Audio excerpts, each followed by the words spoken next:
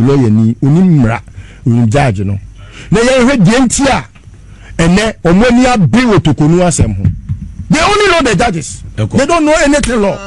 They don't know anything law. MPP lawyer ni bi onim law. They can go for the lawyer mumwa. Let Sheshi. Yeah. Okojina court. Where did you come from to go to Kolebu? Is that an English? That a lawyer should speak. Can we listen to this one? Can I be a lawyer? You can please. Can we listen? With your permission. With your permission. This I would want to confirm from you, and maybe for purposes of education.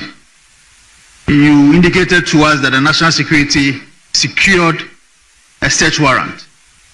May you educate me the scope of the search warrant, if it is inclusive of searching phrases of persons, if it is inclusive of searching phrases of persons. I want to understand the scope of such a search. Thank you. If this question were to be coming from a non-lawyer, but you have seen a copy of a search warrant before. If a warrant is issued to search your house, the warrant will not specify whether they should search pocket of all your searches, your pocket, your fridge, your kitchen, or that the content of the warrant. Please, if you have another question, ask. Saba me kwa even speaker papa say papa you dey care more gum me you too much first deputy no, you see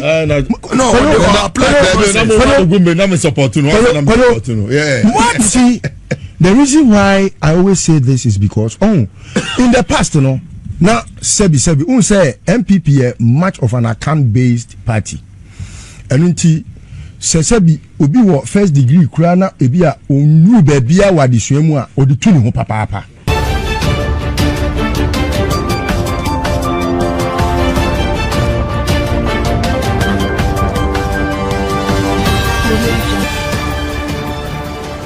enka go be no Listowel be chase me pese Listowel nchase me pese ba so peja microphone ko so me ba ene ma inkinkum me betna o studio ha and me can say there is always a difference between MPP lawyer ni and NDC lawyer ni.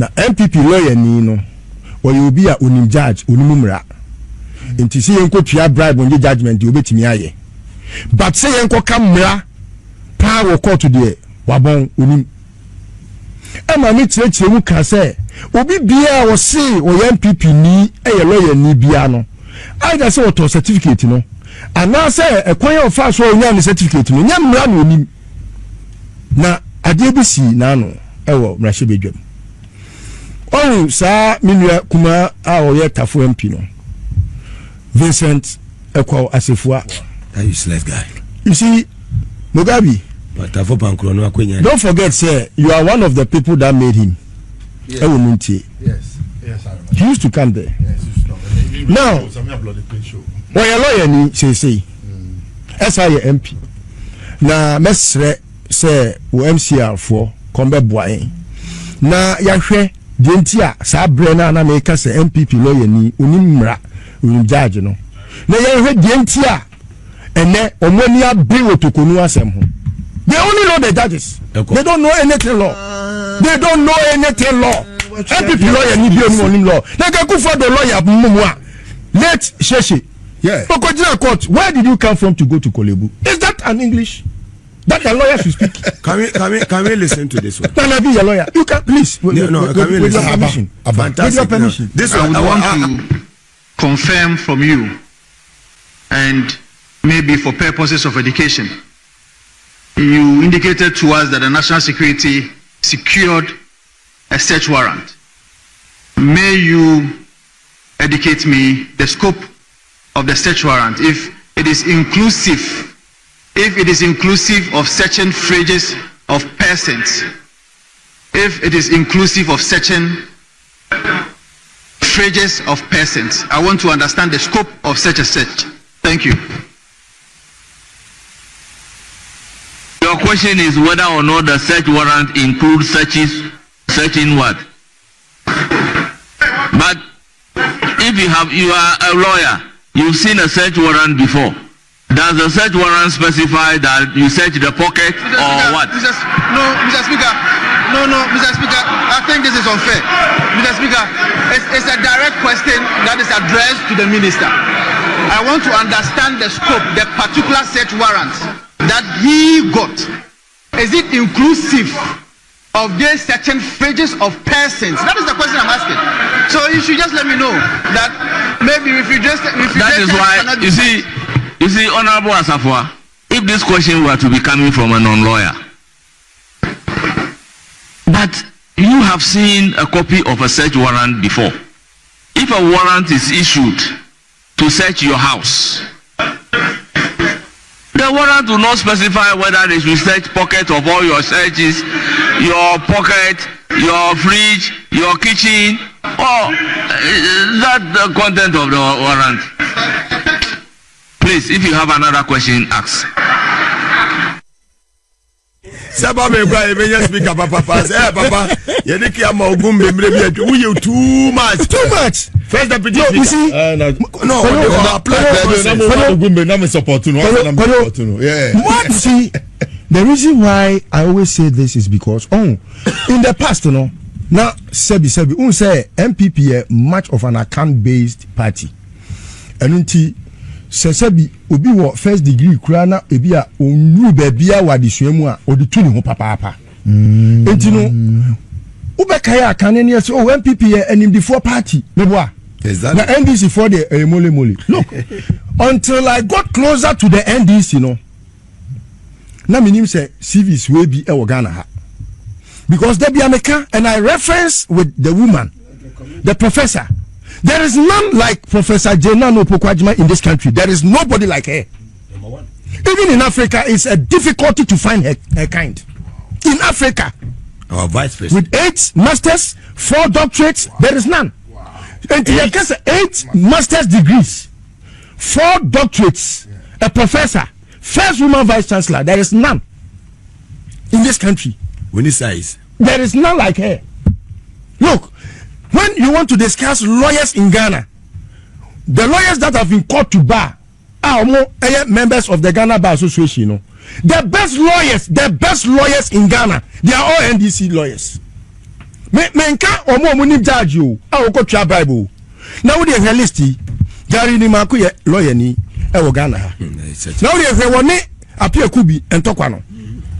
Lawyer ni ya ati obi ya ti wuntumi e de natum sika say na ya ti no a ehoho a ya ti no wo $55 million ho yes sika no dia wasa ne sirem e na yokofo ati ne say ya rehwem plus cars awakọ wia e wo Canada e ne America e na yesi okay yesi emremu no lawyer Martin Pebu akogina mremu say yema obi bia waye boni bia enya tumi a obetimi agina so dia pre bail enunti no every offense is bailable enti ye be ma ni bail name of satisfy this condition see so utimi ma emremu so utimi ma obi a owo ejapade a anu ye betimi agina so a ye 50 million Ghana cedis a ye be jao enya se ye jao se fa wudi o na mom ya mawo ahome se wo betimi akofie na ye frewo mo wa ba ya betoto ano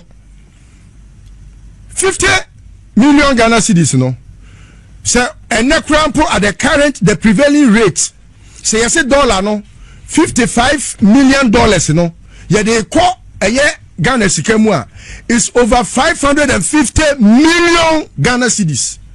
Yankasa for 550 million Ghana cedis bra. Yes, for 50 million bra as surety. Na lawyer onu eye obi a watena emremu ache a wo ye senior at the bar apia kubi. Ana ye wuntumi lawyer. Na gari ni maku free a wo se me de sa de we ya yokofuo ye. Lawyer wa bonu no ene me court.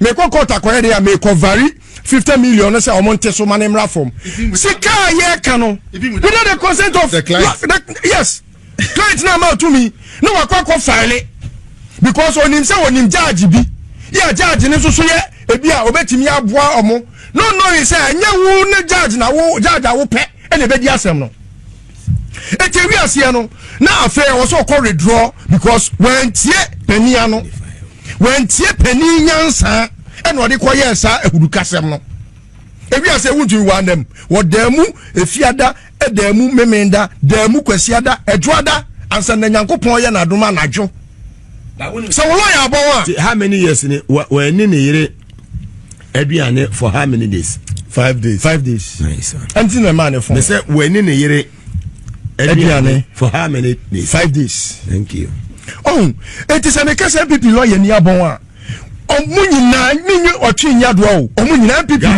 MPP na Gary ni magwasha wakabro form what that be you good Gary na me the doctor for court on the be gina mama doctor for no o see me a busy body yakwa man so on say the net discussion no ye nua ba Dr. Lewis Ahena bisi nso ewom na on say ne wakobo action bi deadly action then I was here for the medical action eja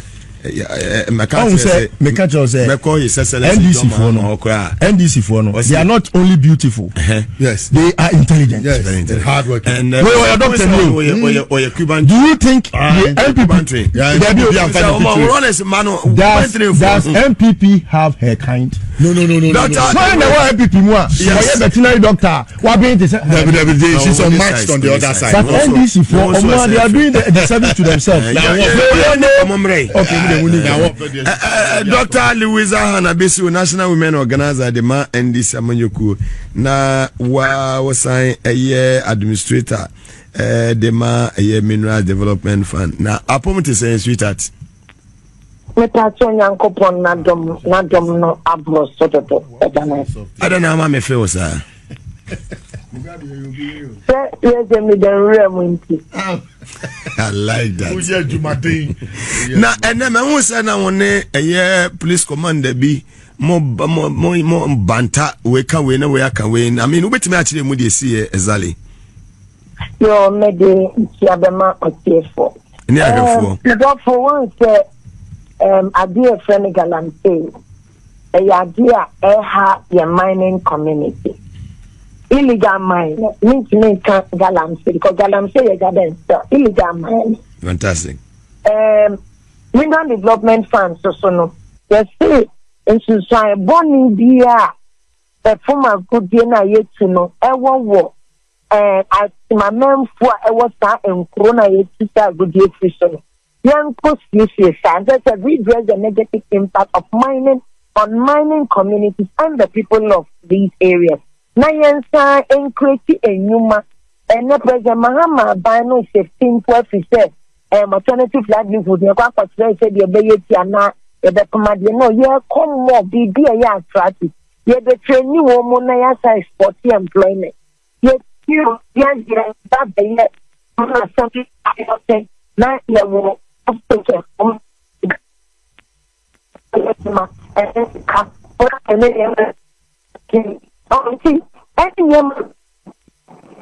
we say yes, that's a community engagement. When you make an office, don't take decisions. When you don't even know the communities, you are supposed to work to redress there.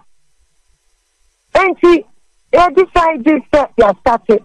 And I hear the kind after the whole country. Just MDF, you was upper.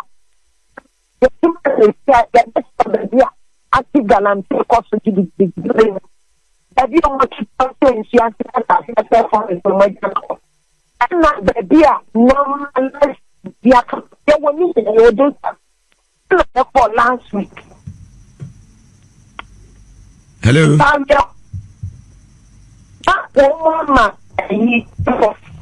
It's the last week you say India for me. And then commander. Yes, you woman. The same thing. I'm still alive. My battle ramp. It's not for a joke because you can't share community. No more blame me. I buy. No more blame me. President Mahama buy only 5 months. When the government was only about 2 months, no. Now when young Crawford be go abonting, they say on stop galamsey. And see, make us from say, my penny is what I didn't know. Until was so my end, you be famba. Kwasia dan na me wie me ye wie tuma na ye fi. Then to kwasia dan na strategy for different plan, different strategy. Why am I so? Ebe wura baby a wo because ye ni nyina ye be wura kondoma. Obi ante ho hwe. Security form ya kwa no mi baby a de ko. And I am Land Cruiser anyway na ko David. Baby I nenam aye di ko pie wo mo so no. Yanya chi o mawie na fe adane horror movie. Ya wona o tememu a to kranchio ne se kind the cast. Not it was horrible. Commander now no dey no ye. And the commander ye timidity ye movie and ye said do main road do police station anymore. Not the truck corner after blocking roads. No now commander na mo block say. Omun direct ye kana ya see illegal man. Kind of one song. Wow. Na ya see omun ye direct you omun ye release your mom. Hey. If you want to, I want the number na me catch car Timono because I'm fat. Ye be a day, ye open over me. What me say? Woman fan call police woman, they should go straight to Central. See, woman you far no na me say so. Because that journalist is also work hard in the strong. Because you have to try to talk with Benny pain, necessary. And then you may ask, a young can be. Now I beg you a police station and what I said, come and say, the commander and said, this is not going to happen. Very well. I'm not in person and say, now me see if you have something to tell me, but me and dear, you are not getting anything from me. What is always say trouble? Now see there's no trouble. The only trouble is one matter. I block your point. And I kind of why you woman who per se you release your mom. For what? And it's a 1 year we have to release it or no for what? We immigration officer now. Where they? No, solve this problem. No, the meanwhile, baby, I want a young fishery.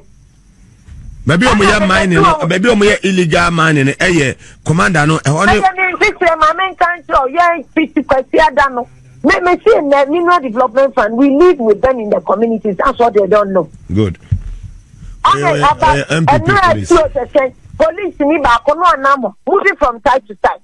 But we don't know what we know and what we have. Relax, man. Yes, sorry, just moving. And see, when they know the change, so I maybe we call men. And the same way, yeah, me too. I'm catching up. So down for canapé boys meetings. And I'm afraid them for bad. Can one catch up? We say, let's say, for no way. What boy, you man? And see, I can't know. Ya come on, you do my cocotte. Maybe now so my process you mudium cocotte. And I remind you. Fantastic job. Fantastic job. Fantastic job. Hannah Bisu, fantastic job. Listowel be as a fantastic job. What? Obedo crime. I mean, Jenny back wife. Eddie Hannah, a powerful name. Yamia Sumbian can what? You are still my baby, okay? Dr. Louisa Hannah Bisu na Moten and Kano, or administrator at the Minerals Development Fund, a national women organizer. Well, listen, young boy. Kodo me bona basona masa atwaso nukure nyame animni NDC fo nsua de we say e wi ase e free baby Brandon enye se bi kura na MPP for de no ade ni ni ho but oya ma ya kase wo ho wo de wo what I say DS is arrogance is when you have nothing but you want to show something, but you should be proud of yourselves and showcase what you have. Tell the world what you have. If it's about civil engineering, let the world know how many civil engineers you have. To say that we interview obey veterinary doctor, Cuban trained doctor. MPP for mo dear way, omonibi. MPP for ni veterinary doctor wa bin say ebi ni ho. Enso da bia o medwa o manumu saa sif say omo anyansafo bi hwe afenyo makin wo ye lawyer ni se ni so a wo su nyina ne se wo kokko to be lusu case no because ho ye ko kan law wo ho kan no first no a court no yes first no court enye mra no ko kan onim judge no enti ye se ni so a wo su nyina ne se ye enti tokonu be kwa ma me kwa akwa kama asem se ni Justin Kodua wo ye lawyer ni we wo ye lawyer ni Nana B wo ye lawyer ni Obri boy lawyer ni Abronye Obri boy dey a good lawyer Dabi una wo se wo ye me ofa nti wo ka bia mana Abronye kama obi ehu oh so ye ka MPP lawyer ya yes musunya ba wonye obi a onimu mra obi onim judge enti na da bia me se kohwe Anas Arim yaw Anas case na wo de betu dwemu a ma judge fo bi ho kire omo no na hwe chambers ana cases ni free so wo ko hwe for the chambers wo wa wakasa o Frank Davis wo ye lawyer tie na no ne kasa ya ono ne akwai ya wo ye special prosecutor Kiseja ben woni nanya a whole law lecturer ono wa kire nkonfo ade wo ba be dran ma wo kwa fa cement paper wa tro so say anu nti kanu for ya tayare eka yo mo penso akode be court na judge bi enso ono so sebi na adre that former idi agro no ono so ama judgment on judges no because waje ponche waje damudie edru baby na lawyer for akufo do use om no mo da mail back mu watoto de Ghana sika to mail back e dia ma om no mo di tim enso busa de brofa wontimi nka brofo mpo what evidence subject verb agreement people chow me obusa me evidence wa ma ko budin o me yo kan na mayi me ho afiri mo yo enti ma me busa me evidence ni dia doso because ye ni momo akorola mpokura no muntimi nto omunya sika wo hikoto me back no Gary oye lawyer Gabi asante dako oye lawyer ni asante bedi atio Kofi asante bedi atio ya afo no oye lawyer ni busa se wo no kwa wako ye friend say first degree kwa wako bi da odi be ye lawyer what you do papa certificate e lawyer no you don't have it. You don't have that na make say opa busa evidence amama me the main station me the me ho free me say you say be there oda he no ba be me say oni first degree e tie dey no be ye lawyer ne papa wie Legon 1979 or the certificate ni call New York University almost say hey 17-year-old boy having an LLB certificate then you must be a juniors. They awarded him Kofi Asante Bedi Atio. They awarded him. Many evidence. Etino ye kase MPP lawyer ni a wa bon te kro. He obi a lawyer ni mu a ye ka energy sector levy. Afedi o say e levy because e na di energy na di we afenyo. Enso ye lawyer ni. Etina me catch o say Ghana Bar Association no. E wo so omugu no. Ana say NDC for omonti omon so bar association. Me ba na ye dey drinking. E to bar. E ensa bar. E bar omo ko twa Ghana Journalists Association. Say me journalist. Emre mu dey say na repeal law no. Omo di bar constitution ni. Enu ti na omo di dwe wo yen so no. Una sia to konu asemba ye lawyer for mutimi sia gina ye muko sia gina ye wi anuma sa akoda ama no etimi dia me friend say eye konkonte choba na omoye mesre omo say ye say baby e minor dru no ye di nimde ni nyansa pe na eye reset no enti say wo fi say o man no wuntimi nka nyansa se momu a se sa no ma na kotogo for kra say omo nyew e bia o je so ko Azerbaijan ho baby ana say at best epono na da ho no monko hye no se se ye di nyansa pe ne kasa wo Ghana uni nyansa kama no tum se mo ka onya lawyer papa kama no tum e ko gira ho no na search warrant kwa uni ma de kro we wo ye lawyer ni search warrant pass Assifuah we lawyer we lawyer e wo Kumasi tu ne ho ai me ye lawyer we MP ta for pankro no MP fui me da se we ye lawyer MP fui okay FUI capital F capital U capital I fui with an exclamation mark fui MP fui thank you Let's move on. But Moses Clinic and Eba Center that was say and every Nasada Kesen Koma Victory Garlic Mr. Dr. Mwako Yamisha Munina Samosu Asine Safari Valley Eco Resort Muso Ewo Dewi in the Eastern region Mukosun Kukwe Muse ya mame a year do ya a power specialist about hospital mommy and then you may wapum at the same oba echacha Monko Sumaya Ayaresa hepatitis A B C D kusi yi sanso ena a fibroid ene a kompo ni nyina no ye ma medi hu dwuma papa takrade kumase ene nkraha obehunum na ja oso akwa akwaje wo Ayaresa ye fa asida kese ye fa Macintosh be wo bia no ye special aid to Honorable John Jinapo greetings so mo enjoy show ni ye papa sanso ena nyame nipa nyame akwa ya ono so ehwe eye Reverend Kingsley baby a wo bia so ye obi a wotie program yi papa weni menua junior na nkane no wo eye go so boy junior bibia boko de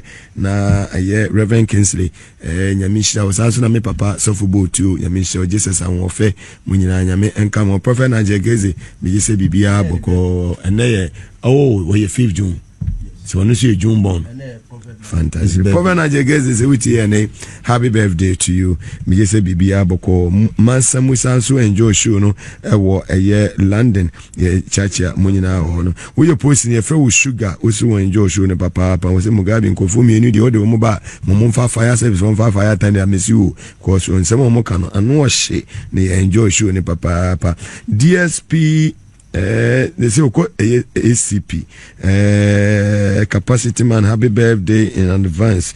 You can only go higher and higher. This is a half ACP Sefasata say be quiet. Second in command, be quiet. Two I say you have done the needful and you have done the needful. Chairman survivor. Happy birthday June for ni na mechacha mu chairman survivor china eyo birthday June for no em say ya na anka to ahoy anka munya ya ke wo epo onabo agalga ke we dey munya ya ke wo epo na say ya epo for no ye nyina epo for no one of my senior brother's birthday your day no ye chief of staff as a birthday we one we say we say birthday we wo promote kra Kevin o head anya happy. Me mediama. I will call all the CEOs that it is your birthday and they must do something for you. Kevin. Oh, don't do Bugnatus. He will come along. He will be my supporter. He will come along. Thank you. Mugabe, in some baby, why see a car? Time me call. Me the manu be sim me ba. Yes. She mufi say enkwala. Me tia madam for Thomas Abobi Mensa. Or a chartered accountant way back 2006. A do no so I see a no DMD FNA. E Ghana water no. Ya bypassing because onu no ko hu say Ghana water tuesi carbone ama edubwahin. And no true report said that payment should be stopped until Nwaba time. Mr. John Dramani Mahama say Ghana water from Penua. Kona kofano John Mahama ko Thomas Abobi Mensa. He's a decent man. He's intelligent when it comes to finance. And he's ready to serve the nation. Now, if you make a mistake and you don't make this man DFNA, the World Bank will never bring any project to Accra concerning water. I'm telling you, they need decent people, qualified people who have the nation at heart to make sure water flows through our service, our pubs. Sinti Mugabe, Ghana Nurses Association. France is it Lamte, right? Yes, the neighbor Accra. Accra West. I'm the neighbor Accra. Naka I'm the neighbor Accra East. And we be asako ye kontonchino the Naka Accra West. Accra East ni Makache Richard apia otu engineer. Onu no tia sa sika no ma edubwa no. Scanner no mutia. Yes, he knew about it that the money was not going. Why is it still in the service? Okay, say Antonia Mu Adonko ma tell baby o free. Ya the net free central region. So on be cheap procurement. E wo Ghana water me pa what did Bonnie allegedly we top electric poles $50 million water and a electric poles. What be that? On any boss sitting down No, all this was your car. You see, your Taobi. Me, I don't hate anybody. I want JM to succeed, and we cannot sell Ghana water. And we are and I'm telling you, I will never allow Mugabe. Mami, quick. Nurses Association for no Ghana Registered Nurses Association for no any midwives no. Mr. Minister no. Or president no. On pebe bin fa no fa. Or your MPP ni. Strike or muko is needless. I'm telling you. They've tried their goal. MPP need to hear English a man from MPP chairperson. Go and check.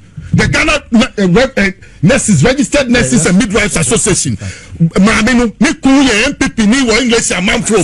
This is political. 5 months into the government coming to power, you can't sit. Hospital one eye. I want to call Siwa a government hospital. Yeah. Administrator no only a friend of Ponyando. We have MPP communication. Yes. How do you keep such people? How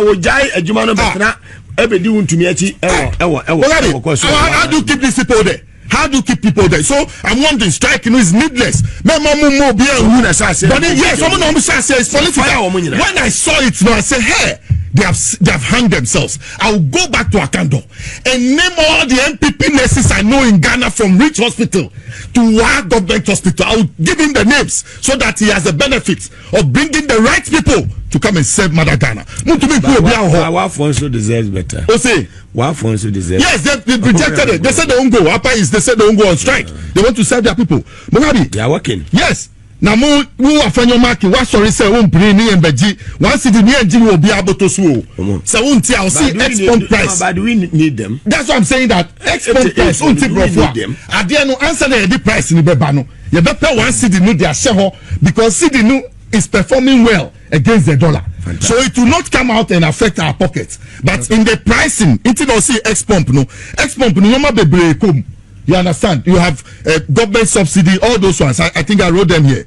When you talk about the X-Pump price, it's about taxes, the ex-refinery prices, all those ones lumped up together. That will bring the price out finally to the public to come and buy. In that calculation, because the cedi is doing well against the dollar, they will put in that one cedi. It will not affect our pockets. This is innovative. Now, Muma Bejakat Tifei, you young boy, just 47, when you were made ECD board chair, look at how you run the place down. To me, $500,000, sell the Kokra container. Baku saying 1,003. Ebedu Ghana is almost $650 million. Ni ashena sa containers na ko demorage. What you say? Ni oxino no wa fa chire.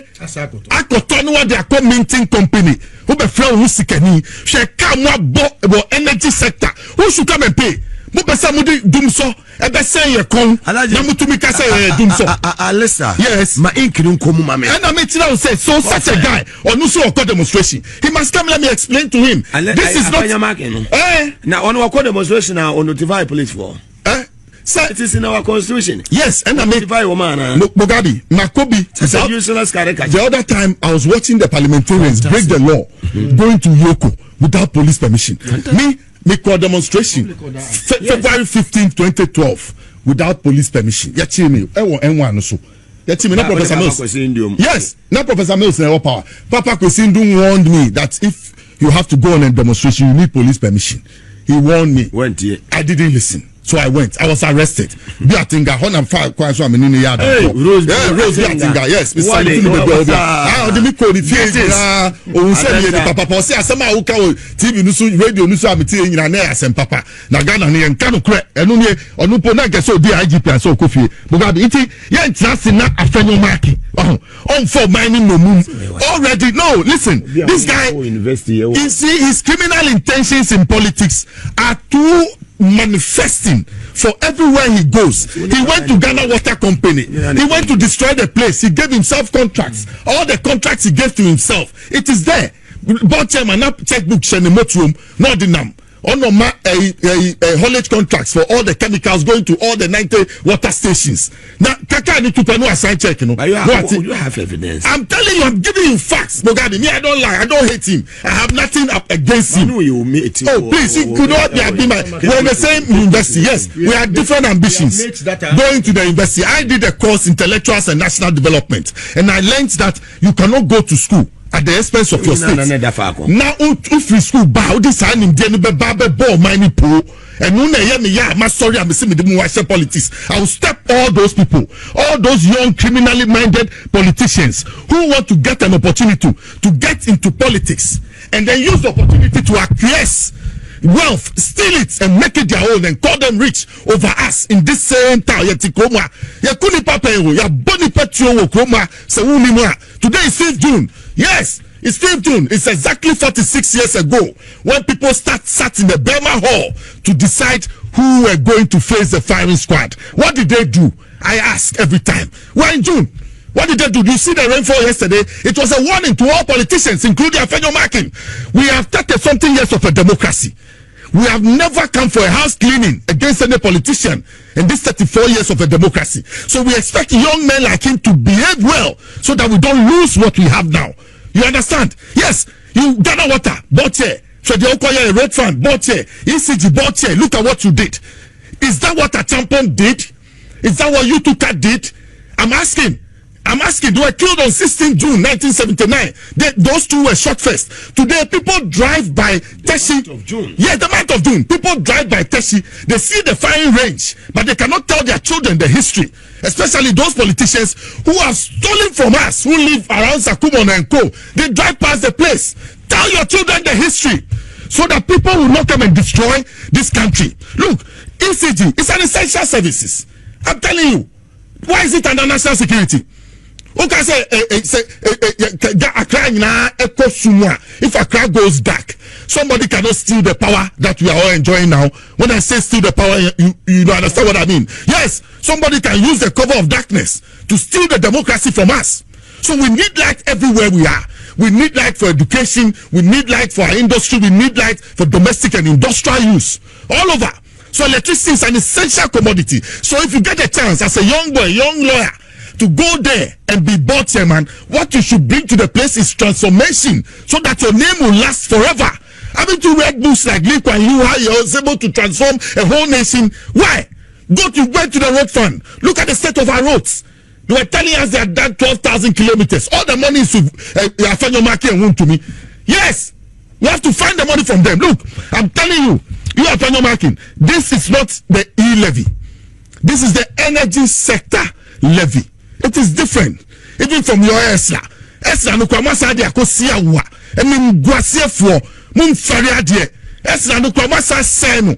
Mu de akosia wa. You bought an investment banker, criminally minded, to come and superimpose himself on our economy. Yes, mu de akosi collateral. Mu de akosia wa.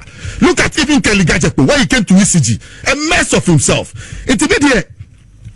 Yes. Yes, I know him from Databank.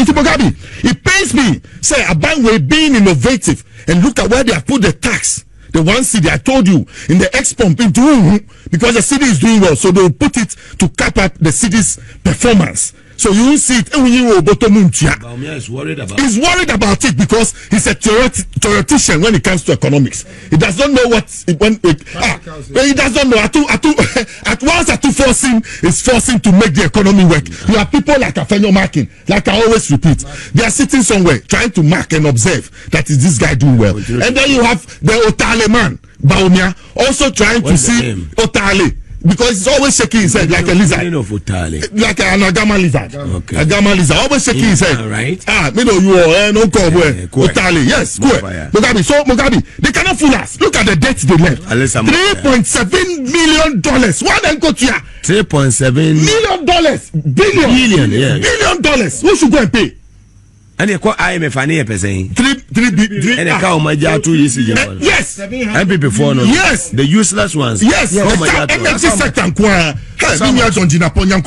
only Ahiafor. God should continue to open your mind. I told you they were the first 3 center backs, were they not? Yes, they were part of the 3 center backs. Nyankopon, God should continue to open your mind. 3.1 billion. Yes, and there's an excess they have to pay. That makes it 3.7. And then every month they have to go and raise $1.2 million for fuel to fire our gas plants, our fuel plants, because now gas is not readily available, so they have to buy light crude. So he has to make provision for it. Now, say your plant, your fuel, internet doom so no saba, no more sad. So this is wisdom, thinking out of the challenges. Ahiafor and John Jinapo have brought out Mugabe.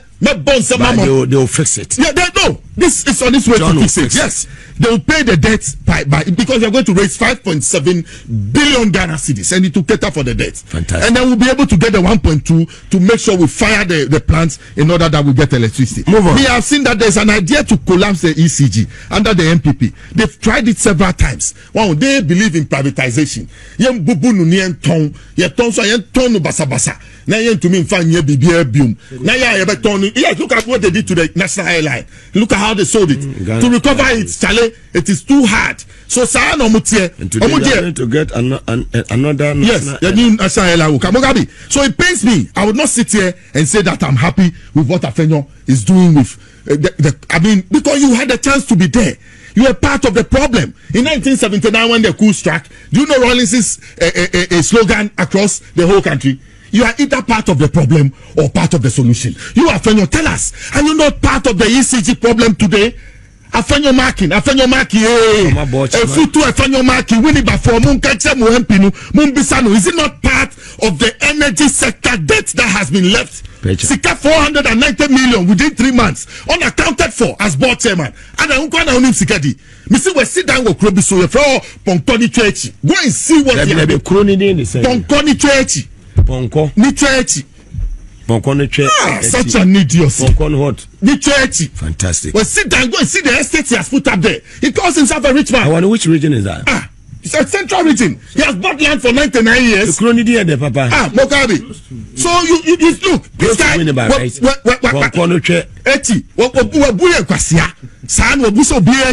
Even people around him who went to Cape Coast to invest in him, who he ran away. They saw that he couldn't stay on with the 80% ran away. Today are following him and begging him like something. He is nobody. Tell him the truth. Face him. People were shot in this country. I'm saying today is 5th June. In the Burma Hall early, some 46 years ago, people's names were being rounded up to face the firing squad. And do you know how Ahiafor's name came in? Ahiafor, no, handy over 10 years on. He was far away in his home village in Krobo. You mentioned it to me the other time.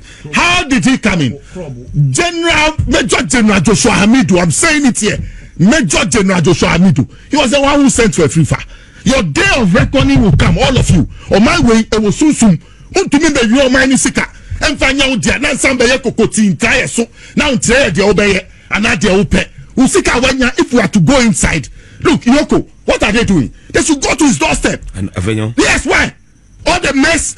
Look, Ghana Water is in a mess. Ghana Water cannot pay itself. Ghana Water, until A492. Oh yes, he's suffering. Muntawakilu indeed is suffering, and he himself will not listen to advice. He has surrounded himself with the same MPP people who hit Clifford Brima down. They are with him. Or your changes be. Changes not here, and I'm telling you, Mugabe. It's my brother. Don't go there. No, do you know what he did? The changes he did. Do you know what? Slow, somebody slow. No, how slow? If you tell me to slow, I'll go fast. Please. No, Mutawakili is better. We want to make the place better. Water is not for anybody. 90 water stations. Maybe to my brother is there. Bring him to the studio. No. Me to have brothers there. We'll bring him to the studio. No, Mugabe, no. Look, he has made changes. The changes he made, he should let it go public.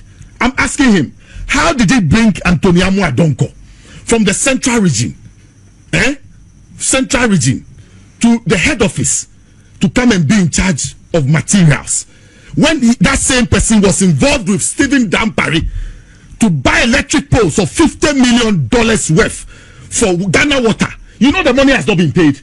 This gentleman I mentioned, Thomas Abobi-Mensah, he has written a report to the attorney general, to the auditor general. You have a copy of the report. I'm telling you not to release the money because it is fictitious for Ghana Water to go and buy electric poles to the tune of. And today that Antoniamu Adonko, he's at the head office. He's a big man. He's with Muntawakilu. Do you know the story I hear? Muntawakilu himself was a contractor some time back with Ghana Water. It was this man who was doing his work for him. So that is why allegedly. He has brought him. Yes, that is why he has brought him there. Allegedly. Mugabe one shot Ghana Water be go. The whole Accra was Yenyencio. Collect no Choko. Go and find out. That's why they are trying to bring Reverend engineer from. He should come to Accra East, because I've told you that Richard Opon, the guy who is there, Richard Apiawotu, he was the one who ran Baumier's digitalization program. He was the one who paid the Dubai. He was the one in charge of technology and innovation. He's still there. They have brought him to Accra East. At Accra, somebody who the Ioko has interpreted him. Or you're done. Mutawakili is no. Because bibia. Na say am say omukoye. I know. Me see omukoye fraud. Omu declare tax costly for bribe fee. Non backdating, non signing. Instead of sacking them, he has rather redeployed them to go to sack them. A criminal. Mutawakili, what are you afraid of? I'm surprised. You're a member of parliament from Damango. You lost your seat. You lost your seat and you're brought to Ghana Water. The president had faith in you to come and bring transformation to the place. What is happening? What is happening in Ghana Water? Let's take our time. So maybe the American. Yes, whilst I'm talking about water, I finished with my electricity. Those places are essential water commodities. Yes, to the nation, and we cannot sit down to allow it the way they want to run it, so that it gets to a stage that we have to privatize it. And with that one, any government in power, I will fight the person. How can we privatize water and electricity? We cannot do it. Maybe sections of it, even that one, let indigenous people take part in it, so that the earnings will come to them. Mugabe, you do as Assifuah. Say you're more political positioner. It's not for you to come and amass wealth. To serve. It's for you to come and serve your people. In serving your people, you will get reward. I always talk about Nkrumah. What have we paid him for all he did for us? Today we all drive on the motorway. We all go through the Eastern Corridor. We all attend his 43 brand new secondary schools he built for us. You understand? Yes, those factories we sold. Why did we sell them? In 1960 alone, in 1961, 60 new factories. You think if he had not seen oil, he would have started them an oil refinery? Let's raise our head. And like I've said, today is 5th June. 46 years ago, young military officers had to meet in the Burma Hall Air Force Station in order to decide who was going to face the firing squad. If you're a politician today, 34 years of our democracy, 33 years, do self-introspection. Sit down and be reflective and see what did those people do that they were shot. And that given opportunity in the democracy, I will do better. I won't hide behind, I know the law, or the law is the law. You have to know that the law is the law is the law. You have to know that and open your brain. It's Mugabe. Me don't mind when me don't mind me pay man no say me see pay man. Yes. And yes, my sister Hannah Bisu. Look at where far away she is. Obabesia. She's fighting for the nation. These Chinese people have come into our forest to come and destroy our forests. And you, commander, behind your police station, they are doing galamsey, illegal mining, and they have been caught. Now you want to save them in front of a old director, executive secretary to the Minerals Development Fund, whose duty is to National Women Organization. Yes, whose duty is to go to those communities that mining has affected negatively in order to use part of a fund to reconstruct or redevelop. She's on a mission. We must support her. I salute her wherever she is, and I pray a safe travel back to Accra. Yes, traveling messages. Angels no Mugabe, angels no. Angels no fani bedu pepepe. Yeah, inti Mugabe, Misre, Mika. And yes, minta obi unim. Me call Ghana Civil Aviation Authority. Me call say papa no. Or started Juma 1996. We got wrong information. And I recommend Nina a car says 7th floor power honey at the and I went to see for myself. There is no bed at the Ghana Civil Aviation Authority 8th floor. I went there myself. The report we got. Yes, and I make the report. I like to be fair to people. And when I met the Reverend, he told me how he got his job at the place. And he showed me pictures that way back in 2016 when they were opening a place. Onuna now all bumper. Onuni Reverend now ojiremunu. Inti sena je munim ne dada. Osi na dan for ni Professor Mills. No konu all internal revenue service. Mina meka baby. Inti JM appointments. So yes, sometimes we get information which is different from, but that's JM's appointee, and he's doing well. Ahiafor. All the appointees. Yeah, that Ahiafor Ojomatiko Tamale Omutumiko Pepe. Matuamano say I'm following him how he'll be able to help JM to achieve his aim in the aviation sector. He talks about a new national airline and training school, you understand, and all those things. I followed that, but yeah, appointed deputy director general technical intention or power on Shana.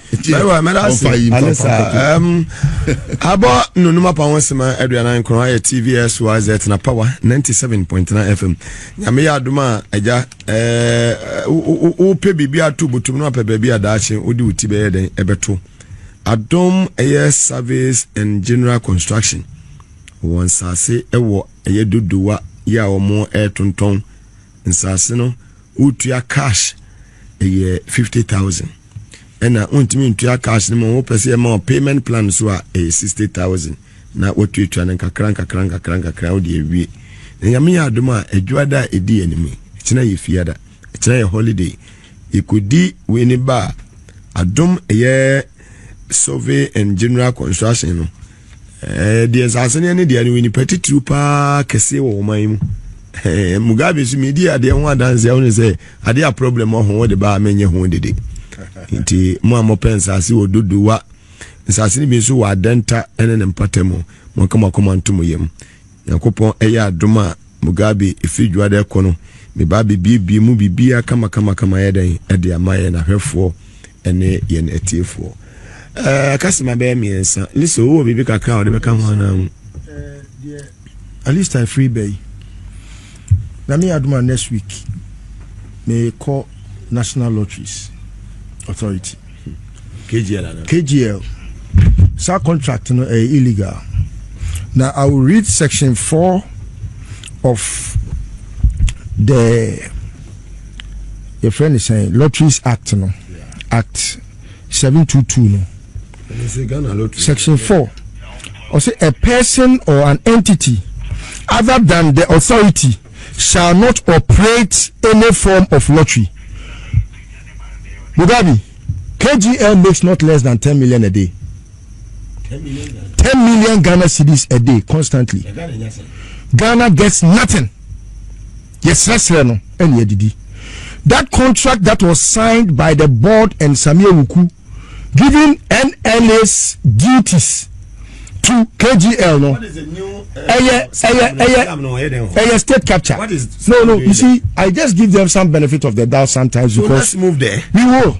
The fact is that so from Monday NLA KGL NLA and so see I can say from Monday KGL oh say 590 no onu nature and me no can say onu nature and we try now 10 point something million Ghana cedis ekodi bottom and so we are to force say we tie me a if next week you call NLA ho be you ko ebe soja wo because ekwa bia so no e was say ade ale o man dia no KGL papa nipa miensa order board so and Akufo-Addo oh yes no I mean that's how Alex Daddy Obaga na he couldn't even afford a sonata and also odini he couldn't afford a sonata just also got private jet birthday no now ye wuntumi mo ne say wuntumi asante be die to ne nanado omo nyina they were there you Akufo-Addo ne yire ni obia were there and you be show pictures so I just want us to baby a board next week Mr. platform you find your manager problem because certain money discussing state capture no so Lister has gone, he has delved into another arena. This one is too serious. It's a scandalous idea o my ya say no omu na 590 no omu twa na omu no sika omu benya no no o maka che Ghana say o fani say no omu nya be 10 point something no no o ma be bejino aka che Ghana say o ye nya be say 200,000 per ntimo so ni 50,000. Now how do you operate a country like this when it is illegal? So section 4 we now be midimanu si me say kan section 4 me nya lawyer ni ba me na MPP lawyer ni bia section 4 let's say no person or entity other than the authority shall operate any form of lottery shall what operate any form of lottery. Monday we no afeni ebesa Monday press conference after press conference no we are moving ahead straight to make sure say KGL contract no abandon by force we should come ni echeche mo chira man yes we should come Randy Abe CEO of the Kokobo Opetuma na Madam for Wahab Suleiman me chiamo wi awe of attach with tea with Mase and I tell my banini I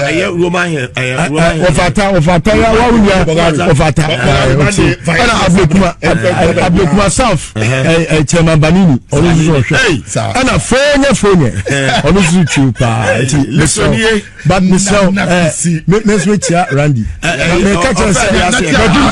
maybe I came